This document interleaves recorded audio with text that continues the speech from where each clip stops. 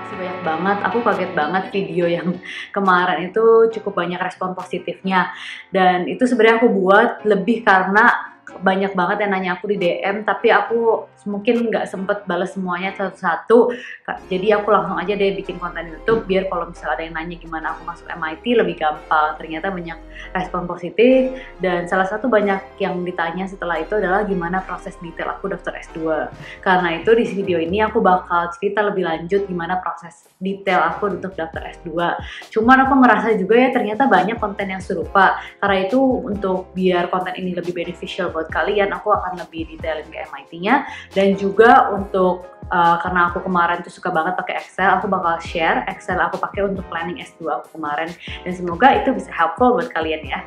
Aplikasi S2 aku kemarin sebenarnya aku ngebagi ke 3 tahap. Pertama adalah tahap yang paling obvious, yaitu tahap tes. Yang kedua adalah gimana sih cara sekolah itu untuk mengenali kita itu lebih baik melalui motivation letter, recommendation letter, dan untuk MIT ada video questions juga. Dan yang terakhir itu sebenarnya lebih kayak yang udah kita punya, cuman bagaimana kita memformatnya sesuai yang sekolah mau, seperti academic transcript, resume, dan beberapa hal lainnya. Dan juga ada biaya administrasi juga. Jadi aku akan menjelaskan 3 tahap ini in detail.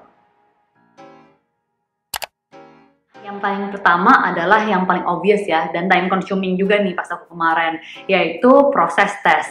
Ada 2 macam tes yang harus aku ambil untuk pas kemarin ke MIT. Pertama tuh tes kemampuan dasar aku melalui tes GMAT atau GRE. Yang kedua adalah tes kemampuan bahasa Inggris. Ya biasanya kalau di Amerika pakai TOEFL. TOEFL-nya tuh yang bentuknya yang dari komputer, yaitu TOEFL IBT. Nah, untuk proses pertama ini aku bisa milih nih antara ngambil GRE atau GMAT. Kalau GMAT itu biasanya untuk sekolah bisnis, karena finance itu di bawah umbrella sekolah bisnis, jadi aku bisa ngambil GMAT. Cuman kemarin tuh aku sempet ngambil GMAT, bukan ngambil sih, aku sempet belajar GMAT dan sempet les juga. Cuman pas lagi kemarin aku ngerasa aku nggak cocok. Pas kemarin tuh skor aku nggak begitu banyak improve banget. Akhirnya aku decide untuk ngambil GRE.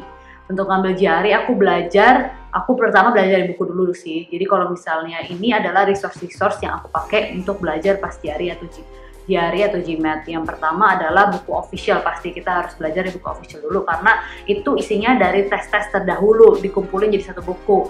Biasanya sih tes selanjutnya tuh formatnya mirip-mirip sama itu, jadi berguna banget buat kalian yang mau mulai belajar GRE GMAT, belajar dari buku officialnya terlebih dahulu seperti yang ini. Itu buat proses GRE GMAT. Dan skornya berapa sih, banyak yang nanya aku juga untuk skornya. Untuk skornya sih sebenarnya skor aku kemarin di range MIT sih.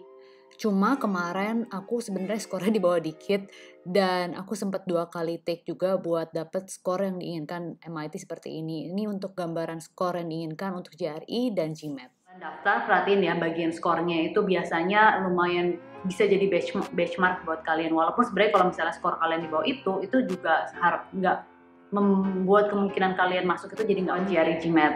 Yang kedua adalah TOEFL IBT. Kalau TOEFL IBT aku juga belajar dari buku-buku juga sih. Pas kemarin aku belajar sendiri aja.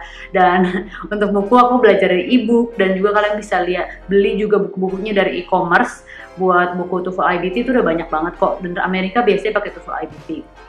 Untuk skornya tersendiri, kayaknya kalau misalnya buat skornya nggak ada. Pas kemarin tuh aku nyari-nyari pas daftar MIT, tapi nggak ada skor jelas kayak harus berapa gitu, kayak nggak ada. Jadi mereka biasanya sih kalau di atas 100 sudah aman setahu aku. Dan apalagi kalau kalian daftar course-course yang kuantitatif banget, itu biasanya bahasa Inggrisnya tuh kayak nggak begitu penting banget, nggak kayak course yang kayak social science, itu biasanya pasti penting banget bahasa Inggrisnya skornya.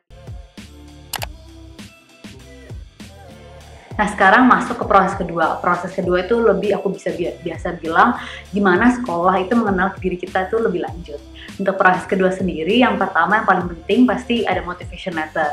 Untuk motivation letter, MIT biasanya pas kemarin aku daftar, mereka nanya hal seperti kenapa sih kamu pilih masuk MIT? Gimana sih pas experience kamu? Gimana sih experience di kerja, experience di akademik yang bisa membantu kamu untuk masuk MIT? Dan yang ketiga, mereka juga nanya apa yang bisa kamu contribute setelah kamu misalnya masuk MIT atau ke missionnya MIT. Itu 3 pertanyaan dan kita harus rangkum dalam 500 kata. Itu yang paling susah sih, merangkum menjadi 500 kata. Pasti kita ingin cerita banyak hal, tapi sebenarnya cuma 500 kata doang yang bisa kita ceritain. Jadi pas kemarin aku spend sekitar 1 bulan untuk mikir, introspeksi diri, apa sih sebenarnya kelebihan yang aku mau ceritain. Dan setelah 1 bulan itu aku kirim deh draft-draft aku ke teman-teman aku yang paling deket biasanya untuk cekin nih kira-kira menurut kamu apalagi sih yang aku bisa ceritain di sini, apa yang bisa diperbaiki. Ini penting banget ya guys, waktu kalian nulis motivation letter penting untuk kirim ke orang-orang buat double check, baik itu dari sisi grammar atau mungkin dari sisi penulisan atau sisi apa aja sih yang bisa ditonjolin. Itu dari motivation letter aku. Pas kemarin aku lebih cerita, oh iya untuk motivation letter aku sebenarnya aku sempet bikin blog di blognya MIT. Itu aku bakal taruh linknya di bawah. Itu sebenarnya garis besar apa yang aku ceritain di motivation letter aku dan kenapa aku pengen belajar di MIT. Jadi aku taruh linknya di bawah kalau kalian mau cek ya. Itu buat motivation letter. Yang kedua adalah recommendation letter nih. Recommendation letter sebenarnya jurusan aku tuh minta lumayan banyak ya. Dia minta 3, biasanya tuh sekolah lain tuh mintanya cuma 2. Jadi dia minta 3, 1 dari akademik, satunya lagi dari profesional, satunya lagi bebas akademik atau profesional. Pas itu aku dua-duanya akhirnya profesional, satunya baru akademik. Aku 1 minta dari pembimbing skripsi karena itu yang paling dekat sama aku. Terus yang kedua itu adalah aku minta dari bos langsung aku pas kerja. Yang satu lagi itu aku minta dari bos aku pas intern. Ini tips pas lagi minta rekomendasi, tips dari aku adalah cari orang, bukan yang orang yang paling penting tapi nggak tahu kalian. Yang penting adalah orang yang dekat kalian dan tahu kalian, sehingga bisa menceritakan lebih lanjut tentang kelebihan-kelebihan kalian dan mendukung motivation letter kalian. Itu menurut aku penting banget ya. Yang ketiga itu aku pas kemarin diminta video questions. Nah, untuk video questions ini biasanya ada 2 kalau di jurusan aku. Pertama, video questions untuk menceritakan diri kita lebih lanjut. Durasinya itu biasanya 1-2 menit. Dan itu karena sebenarnya itu lebih melengkapi motivation letter kita. Karena yang aku bilang tadi, 500 kata itu dikit banget buat ceritain kelebihan kalian dan membuat diri kalian menarik. Itu dikit. Jadi karena itu penting banget untuk memanfaatkan video questions atau additional essay biasanya di sekolah lain itu untuk menceritakan lebih lanjut mengenai diri kalian.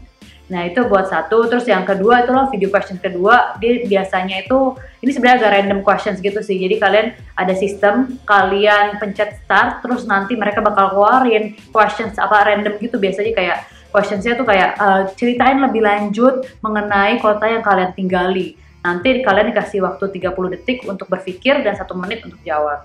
Kadang-kadang pas lagi aku habis tes itu aku mikir sih, sebenarnya ini buat apa ya? Tapi ternyata pas aku tanya-tanya itu gunanya buat tahu kemampuan speaking kalian dalam bahasa Inggris. Apakah kalian bisa actively contribute di kelas dengan kemampuan bahasa Inggris kalian? Itu biasanya. Sekarang kita masuk yang tahap ketiga, ini perintilan tapi banyak. Jadi pas lagi kemarin pasti diminta hampir semua sekolah yang aku daftar, cuma 2 sih by the way, itu dia minta resume. Nah resumenya tuh dikasih format, aku bakal ngasih link juga buat format MIT, tapi ini format business school ya. Jadi kalau business school biasanya minta 1 halaman resume doang, dan mereka biasanya ngasih format resumenya gimana sih yang mereka mau. Dan tips aku buat resume, masukkan kalau misalnya kayak aku nih kan aku cuma dikasih 1 halaman ya, jadi pasti nggak bisa cerita semuanya dalam 1 halaman. Jadi aku bener-bener pick banget experience aku yang related sama sekolah yang aku mau. Jadi kalau misalnya kemarin aku daftar finance, jadi aku masukin experience aku yang bener-bener heavy finance itu buat mendukung aplikasi aku. Itu buat resume. Terus yang kedua itu adalah academic transcript. Itu yang penting, ini yang penting ditranslate aja sih, gak ada hal yang harus dilakukan lebih lanjut lagi buat academic transcript. Dan selanjutnya untuk mendukung academic transcript, karena sebenarnya course aku kan sebenarnya lebih ke financial engineering gitu ya. Jadi mereka emang nanya nilai-nilai kuantitatif aku, jadi aku disuruh ngisi form, isinya tuh buat menceritakan kira-kira course kuantitatif apa yang telah aku ambil selama S1, silabusnya apa aja, kira-kira bisa distandarisasi dengan standar Amerika atau enggak, dan nilai aku berapa. Jadi aku daftar 2 sekolah, sebenarnya jurusannya nggak sama, tapi dua-duanya heavy quant semua. Jadi pas lagi kemarin aku diminta form itu selalu di setiap sekolah yang aku tuju. Dan I think kalau engineering pasti biasanya diminta, cuman aku untuk jurusan masing-masing aku nggak bisa cerita lebih detail.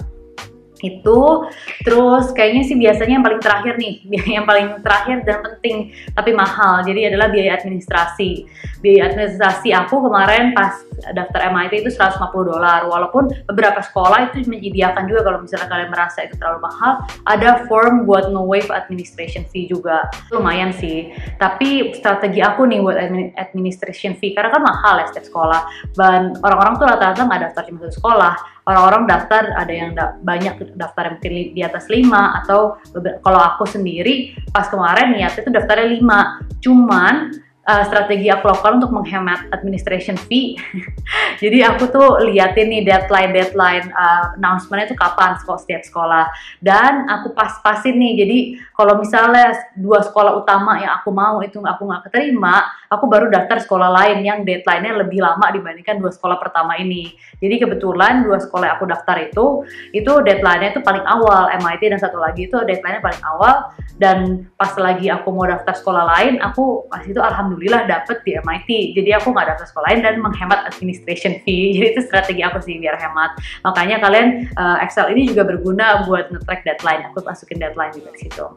Akhir ini khusus buat jurusan aku sih. Jadi kalau jurusan aku dan hampir semua business school itu minta interview. Nah, interviewnya banyak yang nanya juga ke aku, interview kayak gimana. Interviewnya kemarin itu lebih behavioral questions. Mereka nanya gimana cara kita menghadapi situasi tertentu, kayak misalnya dihadapi dengan orang yang men-challenge kita, atau yang mungkin konflik di situasi kerja. Mereka nanya hal-hal seperti itu. Dan bukan pertanyaan yang teknikal banget buat pas kemarin aku interview. Aku kemarin juga sempat cerita, aku ada tes matematika. Isinya tes matematika itu kayak tes probability, terus abis itu aku lupa sih detailnya, cuma aku ingat ada probability dan biasanya tuh kayak integral gitu-gitulah.